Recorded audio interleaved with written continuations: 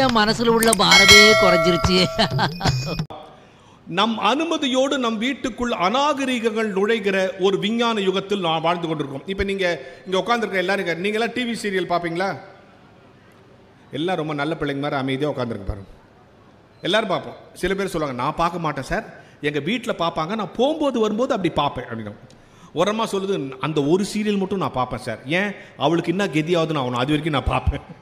So எல்லா TV serial பார்ப்போம். மாற்றுக்கருத்தில் எல்லார் வீட்டுக்குள்ளும் டிவி வந்துருச்சு, நம்மளை அறியாமல் பார்க்க வேண்டிய சூழல் உருவாயிருச்சு. இப்போ நான் கேட்குறேன், நான் ஒரு 5 ஸ்டேட்மெண்ட் சொல்கிறேன், இல்லைனா ஒரு 5 டைலாக் சொல்கிறேன். நான் சொல்கிற 5 ஸ்டேட்மெண்ட்டும் 5 டைலாக்கும் நீங்கள் பார்க்குற சீரியலில் வரலன்னு நீங்கள் சொல்லிட்டீங்கன்னா உங்களுக்கு 1000 ரூபா ப்ரைஸ். சரியா? ரைட்?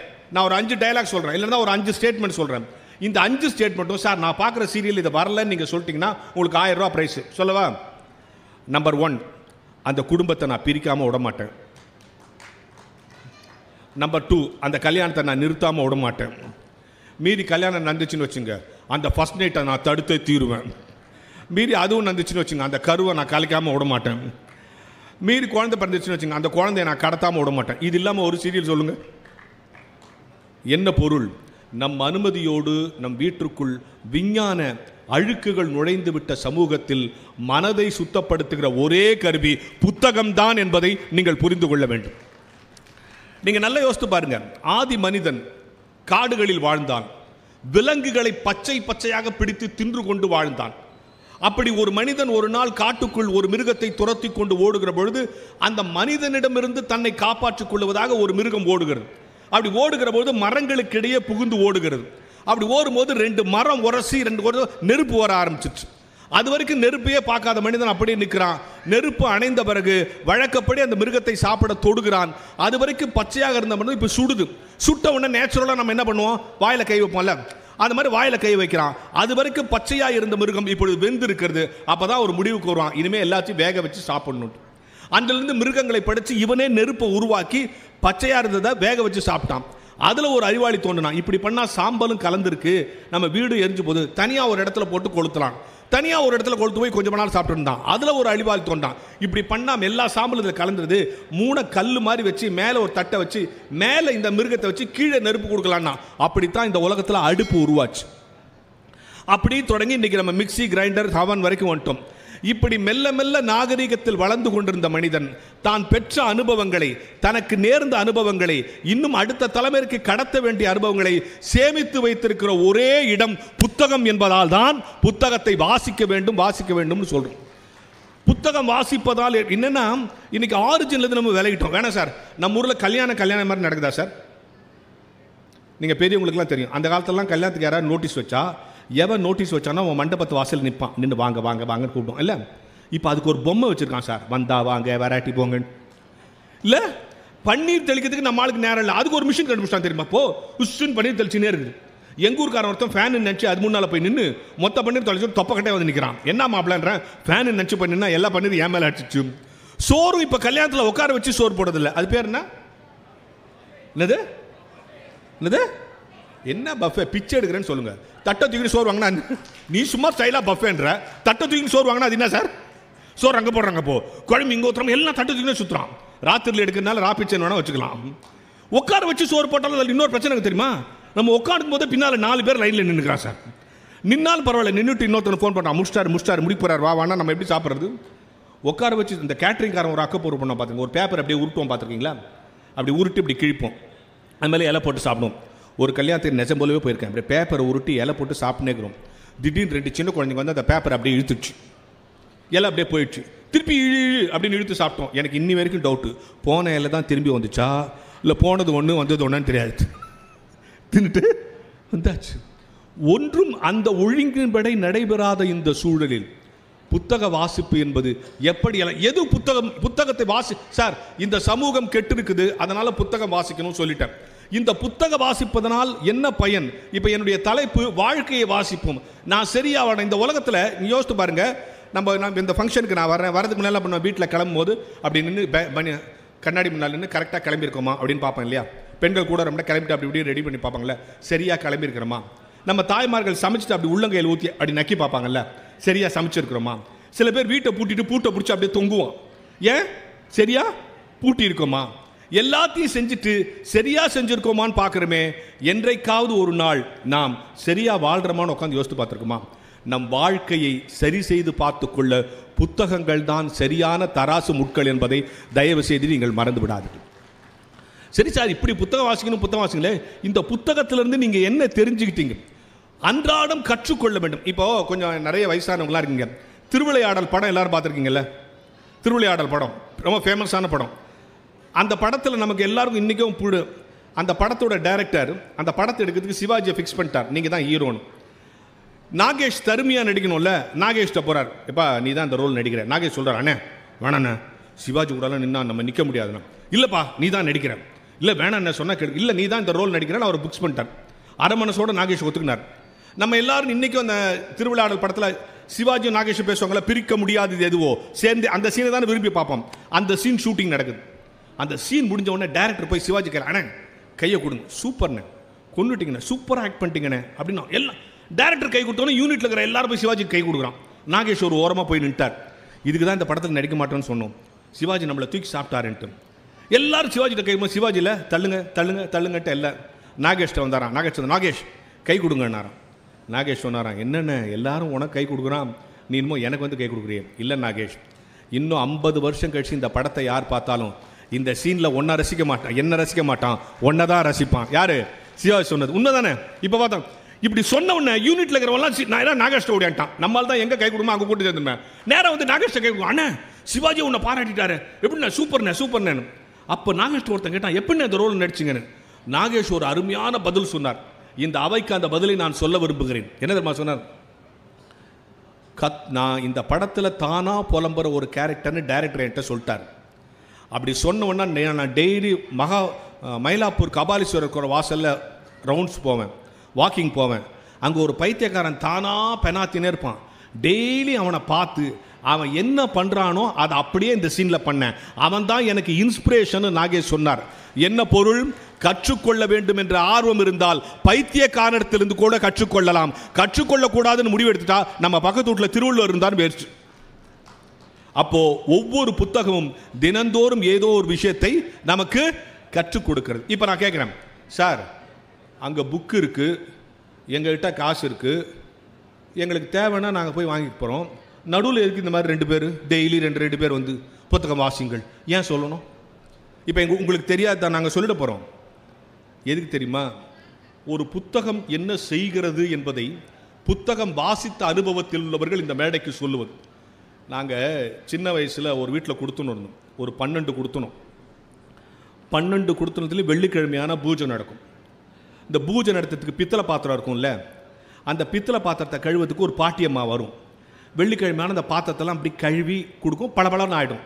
அடுத்த வாரம் திருப்பி கருப்பாயிடும், திருப்பி புளியை வச்சு தேய்க்கும். ஒரு நாள் அந்த பாட்டிமாட்ட கேட்டேன், வாரம் வர புளியை வச்சு தேய்க்கிற, பாத்திரம்லாம் பளபளப்பாயிடுது, அடுத்த வாரம் திருப்பி கருப்பாயிடுது, இந்த பளபளப்பு புளியில் இருக்குதா பாத்திரத்தில் இருக்குதான்னு.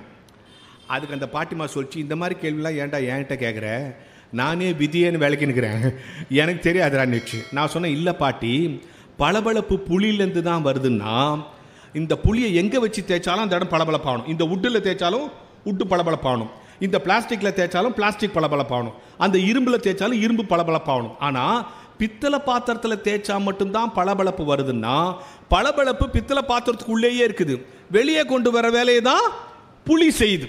அது மாதிரி எல்லா பளபளப்பும் கிட்ட இருக்குது. நாங்கள் மாதிரி ஆளுங்க வந்து புளியை வச்சு தேய்க்கிறோம். இப்போ நான் ஒரு 3/4 மணி நேரம் தேய்ப்பேன், அடுத்தது அவர் ஒரு 3/4 மணி நேரம் தேய்ப்பேன். நீங்கள் நேற்று யாராவது வந்து தேய்ச்சிருப்பாங்க, தேய்ச்சாங்களா? டெய்லி ஒவ்வொருத்தர் தேய்ச்சாங்க. இன்னைக்கு நான் ஒரு 3/4 மணி நேரம் தேய்ச்சிட்டு போவேன். எனக்கு முடிஞ்சோன்னா அண்ணன் வந்து ஒரு 3/4 மணி நேரம் தேய்ப்பார். பளபளப்பு ஆகி அந்த பளபளப்பை பாதுகாத்துக் கொள்வதற்கு தான் இந்த புத்தகம் என்பதை தயவு செய்து மறந்து விடாது. இன்னைக்கு இந்த சமுதாயத்தில் சார் நான் தொலைக்காட்சி தொடர்கள், விஞ்ஞான யுகங்கள் எல்லாம் மாறி மாறி மேலே வந்துட்டு இருக்க நேரத்தில் நாம் மேலே வர வேண்டிய கட்டாயம் இருக்கு. இந்த சமுதாயத்தில் மிகப்பெரிய இடத்திற்கு நாம் வர வேண்டும் என்று சொன்னால் கல்வி அறிவு என்பதை தாண்டி அன்றாடம் வாசிக்கிற பழக்கம் உள்ளவன் சமூகத்தில் தினதனம் நடக்கிற விஷயங்களை உள்வாங்கி கொள்ளுகிறான். சார் நான் தொடர்ந்து படித்தா பெரிய ஆள் ஆகணுமா? நம்ம திடீர்னு நம்ம படிக்க ஆரம்பிச்சோன்னா நம்ம பக்கத்தில் இருக்கிற கிண்டல் பண்ணுவோம். இந்த சொசைட்டியில் நம்ம எது செஞ்சாலும் என்ன பண்ணுவான்னா கிண்டல் பண்ணுறதுக்கு ஒரு ஆள் இருப்பான். ஒன்றும் இல்லை சார், ஒரு தடவை நான் திருச்சிக்கு போனோம். அவசரமாக போகணும், ட்ரெயினில் டிக்கெட் கிடைக்கல, பஸ்ஸில் ஏறலான்னு கோயம்பேடு போயிட்டேன். பெரியவங்களாக இருந்தாலும் சின்னவங்களாக இருந்தாலும் பஸ்ஸில் ஏறினோடனே என்ன பண்ணுவோம், என்ன ஆசைப்படுவோம்? ஜன்னல். கரெக்ட். கடவுளே ஜன்னல் ஒரு சீட் கிடைக்கணும், ஜன்னல் ஒரு சீட் கிடச்சிச்சு. டப்புன்னு உட்காந்துட்டேன். உட்காந்த பிறகு கவலை, என்ன மாதிரியே எவனா குண்டா பக்கத்தில் வந்துட்டா, கடவுளே எவனா ஒல்லியாக வரணும்னா ஒருத்தன் ஒல்லியாக போனான். நானே கூப்பிட்டேன், வாங்க பிரதர் வாங்க இங்கே உட்காருங்க. உட்காந்த பிறகு தான் அவன் ஃபுல் தண்ணி. என்னடா அது நம்மளா வம்ப கொடுத்து வரச்சுன்னா அவனை எழுச்சி போக சொல்ல முடியும், ஏன்னா அவன் தண்ணி அடிச்சுக்கிறான். சரி அவனை நைஸாக ஜன்னலோரம் விட்டலான்னு, நீங்கள் வேணா ஜன்னலோரம் வந்துடுறீங்களான்னா, காற்று போட்டால் எனக்கு ஆவாது பிரதர்ன்ட்டான். சரி நம்ம ஏஞ்சி எங்கேயா போகலான்னு மெதுவாக ஏஞ்சா, டோன்ட் வரி பிரதர் சிடோனுங்கிறான். இப்போ என்னையும் போக விட மாட்டான். அவனை ஏஞ்சி போகணும்னு சொல்ல முடியாது, குடிச்சிக்கிறான். ஜன்னல் ஓரமும் வரமாட்டான். என்னடா இது இந்த மாதிரி வம்பாயிடுச்சேன்னு கொஞ்ச நேரம் பொறுத்து உண்ணான். வாந்தி எடுக்க போகிறான் போலன்னு இப்படி ஒதுங்கினேன், வாந்தி எடுக்கல. திருப்பி உண்ணான், ஒதுங்கினேன். இப்படியே தாம்பரம் வரைக்கும் அவன் ஒன்றா ஒதுங்குவான், வாந்தி எடுப்பான், வாந்தி எடுக்க மாட்டான்.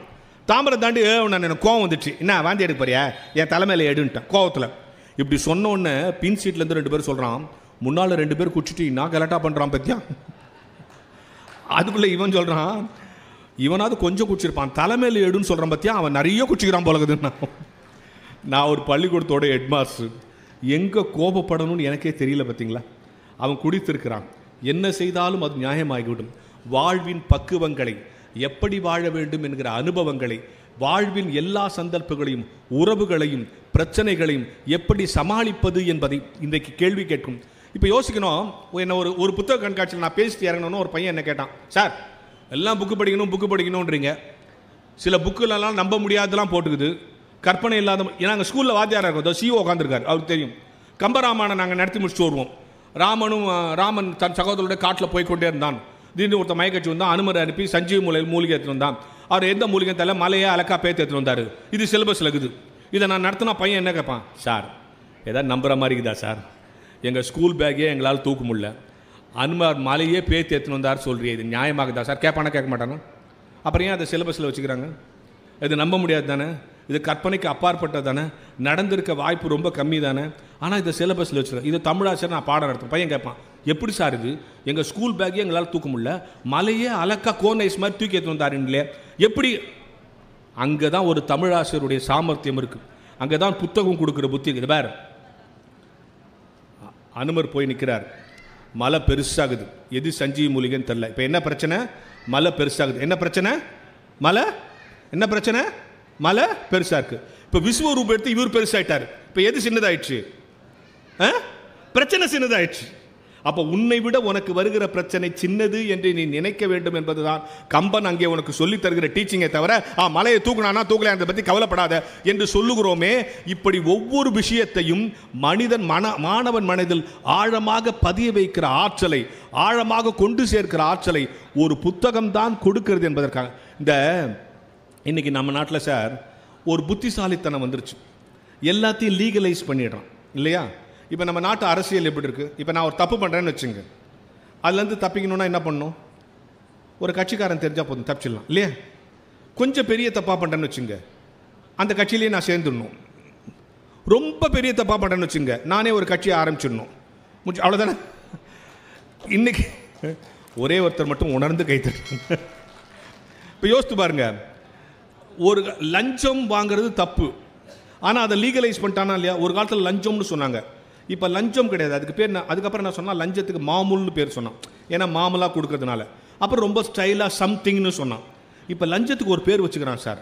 நம்ம ஆளுக்கு எங்கேருந்து தான் இவ்வளோ மூலம் வந்துச்சு தெரியும். லஞ்சத்துக்கு இப்போ என்ன தெரியுமா பேர், லஞ்சம் கிடையாது, மாமூல் கிடையாது, சம்திங் கிடையாது. லஞ்சத்துக்கு இப்போ என்ன தெரியுமா பேர், ஃபார்மாலிட்டிஸ் பண்ணிடுறோம் சார். லஞ்சத்துக்கு இப்போ என்ன பேர், ஃபார்மாலிட்டிஸ். லஞ்சத்துக்கே ஃபார்மாலிட்டினா என்ன சார், நம்ம குடும்பங்களில் நல்லது கெட்டது நடந்தா சார் எங்கள் ஃபேமிலியில் நிறைய ஃபார்மாலிட்டிஸ்லாம் இது சொல்லுவோம்ல, தமிழில் என்ன சொல்லணும், செய்முறை. லஞ்சம் வாங்குறது முறை தவறி செய்கிறது, முறை தவறி செய்கிற விஷயத்துக்கே செய்முறைன்னு பேர் வைக்கிறான் பாருங்க. நம்ம எவ்வளோ பெரிய புத்திசாலித்தனமாயிட்டம் இருக்க. இந்த யோசித்து பாருங்கள், இப்படி ஒவ்வொரு விஷயத்திற்குள்ளே நுழைந்து பார்க்கிற பொழுதும் நமக்குள் இந்த சமுதாயத்தில் ஏற்படுகிற மிகப்பெரிய மாற்றம். இப்போ சொன்னான் சார், படிக்கிறதுனால என்ன தெரிஞ்சுக்கிறோம், நீ காமராஜரை படித்து பார், திருவள்ளுவர் பார்த்தால். அறிவார்ந்த இந்த அவைக்கு ஒன்று சொல்கிறேன், அறிவார்ந்த அவை என்ன. இப்போ பாரதி கிருஷ்ணகுமாரனை என்னை பார்த்து, அருள் பிரகாஷ் உனக்கு சொந்தமாக வீடு இருக்கான்னு கேட்டால் இருந்தா இருக்குன்னு, இல்லைன்னா இல்லைன்னு. அவர் என்னை பார்த்து உனக்கு கார் இருக்குதான்னு கேட்டால் இருந்தா இருக்குன்னு, இல்லைன்னா இல்லைன்னு. அவர் என்னை பார்த்து, அருள் பிரகாஷ் உனக்கு அறிவு இருக்கா? ஏன் சிரிக்கிறீங்க? இதை கேட்டு தான் தெரிஞ்சுக்கணுமா, உன்னை பார்த்தாலே தெரியலையான்றீங்களா? நமக்கு அறிவு இருக்கான்னு யாராவது கேட்டால், மற்ற கேள்விலாம் கேட்டால் இயல்பாக எடுத்துக்கிறோம். யாராவது நம்மளை பார்த்து அறிவு இருக்கான்னு கேட்டால் நம்ம கோவம் வருதா இல்லையா? ஏன் சொல்லுங்கள்? நம்மளை யாராவது பார்த்து அறிவு இருக்கான்னு கேட்டால் நம்ம கோவம் வரதுக்கு 3 காரணம். நம்பர் 1, இவ்வளோ நாள் நம்ம இருக்குன்னு நினச்சிருக்கணும், இவர் இருக்கான்னு டவுட்டாக கேட்குறாரு, முதல் காரணம். 2வது காரணம் என்ன தெரியுமா? நமக்கு இல்லைங்கிறத கண்டுபிடிச்சிட்டாரு. 3வது காரணம் தான் மிக முக்கியமான காரணம். ஆவணங்களால் நிரூபிக்க முடியாத கேள்வி கேட்கும் போதெல்லாம் நம்ம கோவப்படுவோம். இப்போ என் வயசு என்ன, பெர்த் சர்டிஃபிகேட்டை காட்டி நிரூபிச்சிடலாம். எங்கள் வீடு எங்கே இருக்குது, அட்ரஸ் ப்ரூஃபை காட்டி நிரூபிச்சிடலாம். நான் என்ன படிச்சிருக்கேன், என் டிகிரி சர்டிஃபிகேட்டை காட்டி நிரூபிச்சிடலாம். எனக்கு அறிவு இருக்குன்னு ஏதாவது சர்டிஃபிகேட் கொடுக்க முடியுமா? எந்த டாக்டர்கிட்டையாவது போய் டாக்டர் எனக்கு அறிவு இருக்குன்னு சர்டிஃபிகேட் கொடுங்கன்னா கொடுப்பானா? கொடுத்தானா அந்த டாக்டருக்கு அறிவு இல்லைன்னு அர்த்தம். அப்போ அறிவு இருக்குங்கிறதுக்கு என்ன சர்டிஃபிகேட்? வள்ளுவன் சொல்கிறான், அடுத்தவன் துன்பத்தை தன் துன்பமாக எவன் கருதுகிறானோ அவனுக்கெல்லாம் அறிவு இருக்கிறது என்று சொல்கிறான். அப்போ யோசித்து பாருங்க, இன்றைக்கு தளபதி முதல்வர் அவர்களும் இந்த மாவட்ட நிர்வாகமும் இந்த சமுதாயத்து மக்களுக்கு எப்படியாவது வாசிப்பு பழக்கத்தை கொடுக்க வேண்டும், வாசிப்பதால் இருக்கக்கூடிய மேன்மையை உணர்த்த வேண்டும். ஒன்ஸ் ரீடிங் ஹேபிட் வந்துருச்சுன்னு வச்சுங்களேன், அது ஒரு போதை மாதிரி. அந்த போதை நல்லது. தினம் தினம் எதையாவது வாசிக்க வேண்டும், தினம் தினம் எதையாவது தெரிந்து கொள்ள வேண்டும் என்று மனம் துடித்துக் கொண்டே இருக்க வேண்டும். ஒரு நாளைக்கு 4 விஷயங்களையாவது தெரிந்து கொள்ள வேண்டும், 3ஐயாவது நெஞ்சில் நிறுத்த வேண்டும், 2ஐயாவது செயல்படுத்தி பார்க்க வேண்டும், 1லாவது ஜெயித்து காட்ட வேண்டும். இதுதான் தியரி. எழுதி வச்சுங்க, உங்க பிள்ளைங்களுக்கு சொல்லுங்க. இங்க நிறைய பேர் பசங்களை கூட்டு வரல, இது மாதிரி கூட்டங்களுக்கு பசங்களை கூட்டு வரணும். ஒரு நாளைக்கு 4 விஷயங்களையாவது தெரிந்து வைத்துக் கொள்ள வேண்டும், 3ஐயாவது நெஞ்சில் நிறுத்த வேண்டும், 2ஐயாவது செயல்படுத்தி பார்க்க வேண்டும், 1லாவது ஜெயித்து காட்ட வேண்டும். நீங்கள் படுக்க போகிற பொழுதும் இன்றைக்கு நான் என்ன தெரிந்து கொண்டேன் என்று உங்களை நீங்களே கேட்டுக்கொள்ளுங்கள். ஒன்றுமே தெரிந்து கொள்ளாமல் படுக்க போனால் உங்கள் ஆயுள் நாளில் இந்த நாளை கழித்து விடுங்கள். அப்போ தெரிந்து கொண்டு போவதற்குத்தான் இந்த புத்தகம் உங்களுக்கு முன்னால் வரிசையாக வைக்கப்பட்டிருக்கு. எல்லா சூழலிலும் சார் எப்போ பாரு வாசின்னு சொல்லியிருந்தா வாசிச்சா எனக்கு எல்லாம் தெரிஞ்சிருமா சார்? வாசிச்சா என்ன தெரியும்? நேற்று தெரியும், வரலாறு தெரியும் என்று சொல்லவில்லை. இந்த உலகத்தில் எப்படிப்பட்ட மனிதர்கள் எல்லாம் வாழ்ந்துவிட்டு கடந்து போயிருக்கிறார்கள் என்று எனக்கு தெரியும். எப்படிப்பட்ட மனிதர்கள் எல்லாம் இந்த உலகத்தில் பாதிப்பை ஏற்படுத்தி விட்டு போயிருக்கிறார்கள் என்று தெரியும். நம்முடைய பிள்ளைகளுக்கு இன்னைக்கு வாசிக்கிற பழக்கம் குறைஞ்சு போச்சு. ஏன்னா இது ஒரு பார்க்கிற உலகமாயிடுச்சு, விஷுவல் வேர்ல்ட் ஆயிடுச்சு, ரீடிங் கிடையாது. ஒரு ஸ்கூலில் பேச போனப்போ ஒரு பையன் என்ன கேட்குறான், சார் நான் ஏன் சார் ஆலாம் எழுதணும், இதுதான் ஆன்னு தெரிஞ்சா போதாதா? செல்ஃபோனில் ஆவை டச் பண்ணால் ஆ டைப் ஆகிடுது, நான் ஏன் எழுதணுங்கிறான். எழுத்து பயிற்சி குறைந்து போதும், அந்த விரல்களுடைய பயிற்சி குறைஞ்சு போகுது. அப்போ விரல்களுடைய பயிற்சிக்குன்னா ஒரு உறுப்பை யூஸ் பண்ணாட்டி one don't use it you are lose it. அப்படிதான் பரிணாம வளர்ச்சியில் நம்ம வந்தோம். பரிணாம வளர்ச்சியெல்லாம் பயன்படுத்தி மனுஷனா வந்தான். பயன்படுத்தாம திருப்பி பழைய நிலைக்கு போகிற ஆபத்து இருக்கிறது. நான் பயமுறுத்துறதுக்காக சொல்ல, புத்தக வாசிப்பை நேசிக்கிறவர்களுக்காக மட்டும் இதை பேசவில்லை. இனிமேல் உங்கள் பிள்ளைகளுக்கு சொல்லிக் கொடுங்கள், தினந்தோறும் புத்தகம். என்ன தெரியுமா, தமிழனுடைய பிரெயின் எப்படிப்பட்ட பிரெயின் தெரியுமா? ஒன்ஸ் ஒரு விஷயத்தை நம்பிட்டா சீக்கிரத்தில் மாற்ற முடியாது. உங்களுக்கு பழைய நடிகர் பாலாஜின்னு ஒருத்தர் தெரியும். பழைய நடிகர் பாலாஜி, அவர் ஃபேமஸாக அந்த காலத்தில் ஒரு நாள் படப்பிடிப்புக்கு போகிறார். உங்களுக்கு தெரியும், சினிமா நடிகர்லாம் கருப்பு கண்ணாடி போட்ட காருக்குள்ளே தான் இருப்பாங்க, உள்ளே யார் இருக்கான்னு தெரியாது. ஷூட்டிங் போயிட்டே இருக்கிற ஒரு லெவல் கிராசிங்கில் அந்த கார் நிற்கிது. அப்போ ஒரு பிச்சைக்காரமா உள்ள பாலாஜி இருக்காருன்னு தெரியாது, நேராக வந்து இப்படி அந்த கண்ணாடி கிட்ட பிச்சை கேட்குது. இவர் உள்ள வந்து பார்க்குறாரு, ஒரு வயசான அம்மா பரிதாபப்பட்டு கண்ணாடியை இறக்கி ஒரு 50 ரூபாய் அந்த அம்மா தட்டில் போடுறார். பாலாஜி காலத்தில் 50 ரூபானா அது எவ்வளோ பெரிய பணம். இந்த 50 ரூபாயை பார்த்துட்டு அந்த அம்மா அந்த கண்ணாடியை பார்த்து சொல்லியிருக்கு, எம்ஜிஆர் மவராசன் நல்லா இருக்கணும். உடனே பாலாஜி இறங்கி வந்துட்டார், ஏமா காசு போட்டது எம்ஜிஆர் இல்லை, நான் பாலாஜி.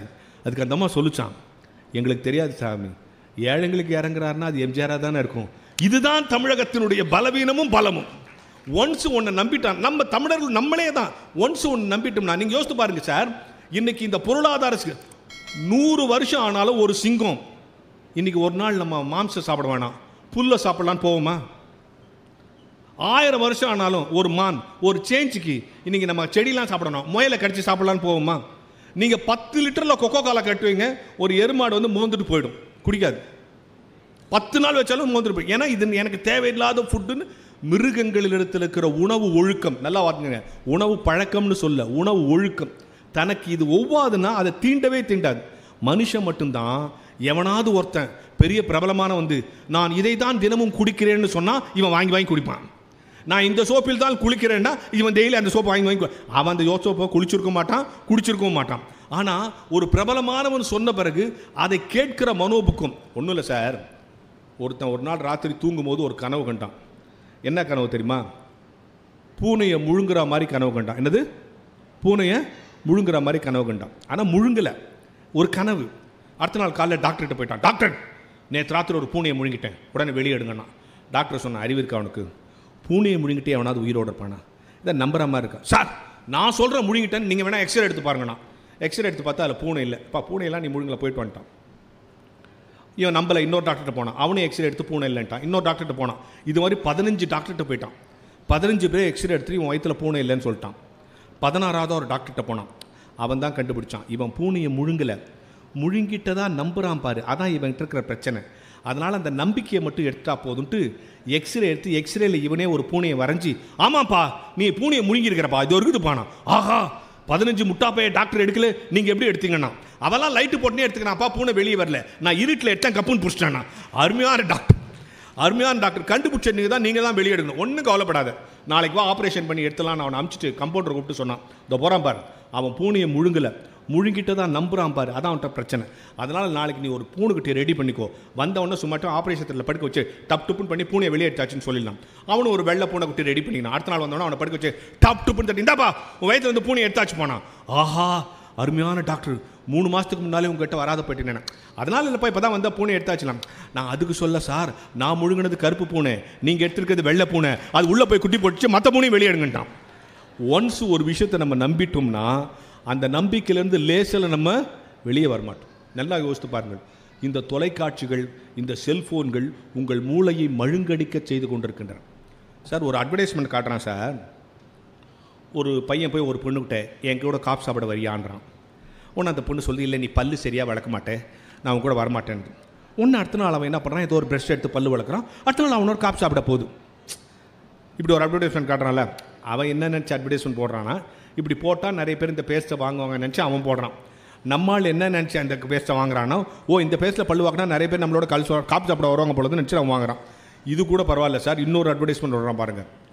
எங்கள் வீட்டு டிவியாக இல்லைன்னா கல் எடுத்து குடிச்சிருப்பேன். நம்ம வீட்டில் இருந்து ஒரு பொண்ணு ராத்திரி வீட்டை விட்டு போட்டால் அது எவ்வளோ பெரிய அசிங்கமாக நம்ம நினைப்போம்.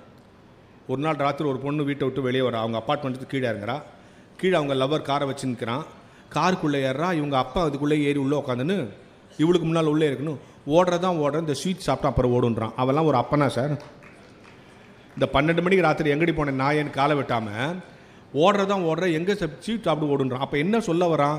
அந்த ஸ்வீட் சாப்பிட்டா எல்லாம் வீட்டை விட்டு ஓடுவாங்கன்னு சொல்கிறாங்கன்னா, ஒவ்வொரு விளம்பரத்துக்கு பின்னாலும் நம் மூளையை மழுங்கடிக்கிற, அன்றாடம் கேட்கிற, அன்றாடம் நம்மை மயக்குகிற, போதைக்குள்ளாக்குகிற ஒரு செய்தி தான் இருக்கிறது. ஆனால் இங்கே இருக்கிற ஒரு புத்தகமும் உங்களை தவறாக வழிகாட்டாது. இங்கே இருக்கிற ஒவ்வொரு புத்தகமும் உங்களை ஏமாற்றாது. இங்கே இருக்கிற ஒவ்வொரு புத்தகமும் உங்களை பணயம் வைத்து தன்னுடைய லாபம் பார்க்காது. இதுதான் கன்சியூமர் எக்கானமின்னு சொல்கிறான்ல. நீங்கள் நல்லா யோசித்து பாருங்கள், ஐடி ஃபீல்டில் வேலை செய்கிறவங்களுக்கு நல்ல செல்ஃபோன் வச்சுக்கிறது ஒரு ஸ்டேட்டஸ். ஐடி ஃபீல்டில் 50,000 செல்ஃபோன், ஒரு கம்பெனி என்ன பண்ணுவான், 50,000 செல்ஃபோனை ரிலீஸ் பண்ணுவான் ஃபஸ்ட்டு. அதே பிராண்டில் 1,00,000 ரூபாய் நிற்கணும். நம்ம நடுத்தர மக்கள் என்ன பண்ணுவோம், இந்த 50,000 ஃபோனை வாங்குவான். ஆனால் 1,00,000, ஐயோ 1,00,000 அதெல்லாம் முடியாது, இது 50,000 போதுன்னு நினைப்பான்.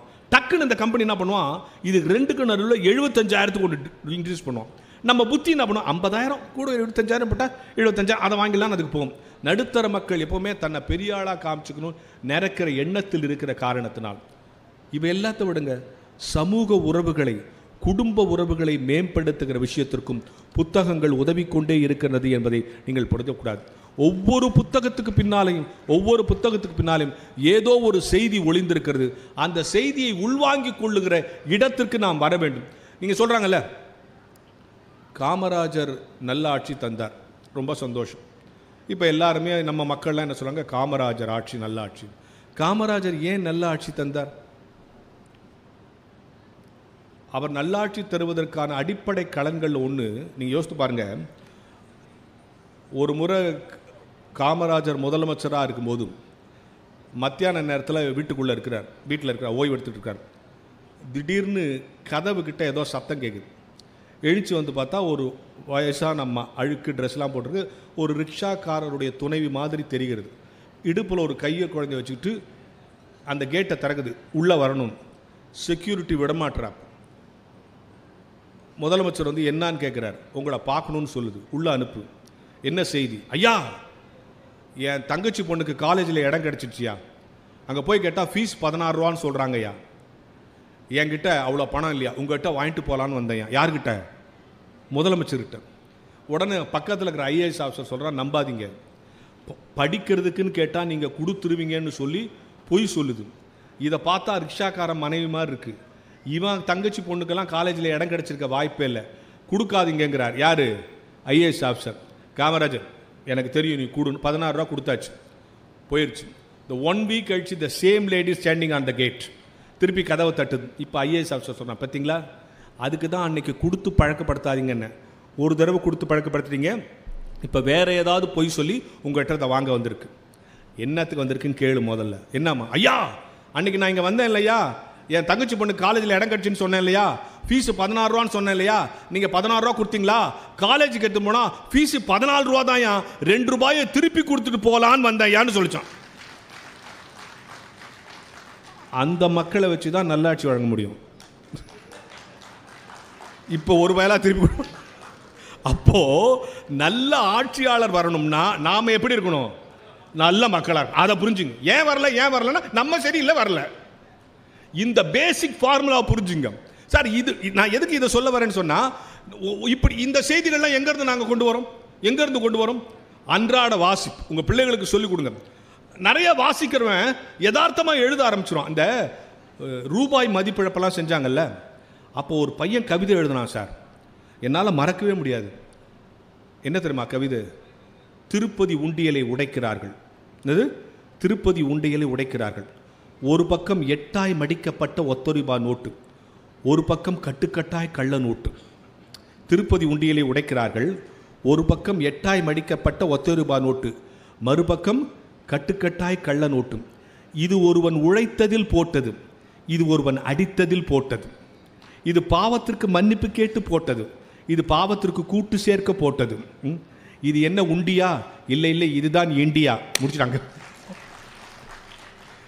வாசிச்சா விமர்சிக்கிற தைரியம் வரும், வாசிச்சா கற்பனை சக்தி வளரும், வாசிச்சா எழுதுகிற. ஒன்றும் வேணாம் சார், எத்தனை போராட்டம் நடத்துறாங்க சாராய கடையை மூடணும், எத்தனை போராட்டம் நடத்துறாங்க சாராய கடையை மூடணும். ஒரு 8ஆம் கிளாஸ் பையன், அரியலூர் பையன் ஒரு கவிதை எழுதினான். ஒரே கவிதை தான், நீ இத்தனை போராட்டத்தையும் தாண்டி அந்த கவிதை ஜெயிச்சிச்சு. என்ன தெரியுமா எழுதுனா? ஒருத்தர் சாராயம் குடிச்சிட்டு காலி பாட்டில் அப்படி போடுறான், சாராயம் குடிச்சிட்டு காலி பாட்டில் அப்படி போடுறான். இப்போ இந்த பாட்டில் அவனை பார்த்து பேசுது, இதான் கவிதை. அந்த பாட்டில் அவனை பார்த்து பேசுதான், என்னில் இருப்பதை எல்லாம் நீ குடித்து விட்டாய். அந்த பாட்டில் சொல்லுது, என்னில் இருப்பதை எல்லாம் நீ குடித்து விட்டாய், எனவே நான் காலி, உனக்குள் நான் வந்து விட்டேன், இனிமே நீ காலி. ஒரு போராட்டம் கொடுக்காத பாதிப்பை, ஒரு விளம்பரம் கொடுக்காத பாதிப்பை ஒரு கவிதை கொடுக்க முடியும் என்று சொன்னால், அப்படிப்பட்ட கவிதைகளை எழுதுவதற்கும் வாசிப்பு அவசியம் என்பதை நீங்கள் உணர்ந்து கொள்ள வேண்டும். எல்லா சூழலிலும் எல்லா நேரத்திலும் ஜெயிக்க வேண்டும் என்று சொன்னால் வாசிக்கிற பழக்கம் தொடர்ந்து மனிதனுக்கு இருந்து கொண்டே இருக்க வேண்டும். தொடர்ந்து வாசிக்கிறவனுக்கு அறிவு வளரும் என்பதை காட்டிலும் மனம் விசாலம் அடையும் என்பதுதான் மிகப்பெரிய ஒரு உண்மை. இந்த ஒரு பெருந்தன்மையோடு வந்துடுவான். வாசிக்கிற அவனுக்கு பல்வேறு விஷயங்கள் தொடர்ந்து வந்து கொண்டே இருக்கும்.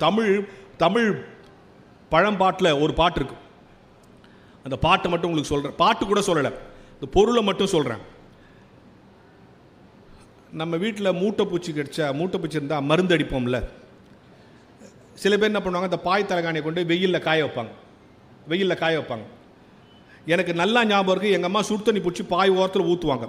என்னன்னா அந்த மூட்டைப்பூச்செல்லாம் சாகணுமா.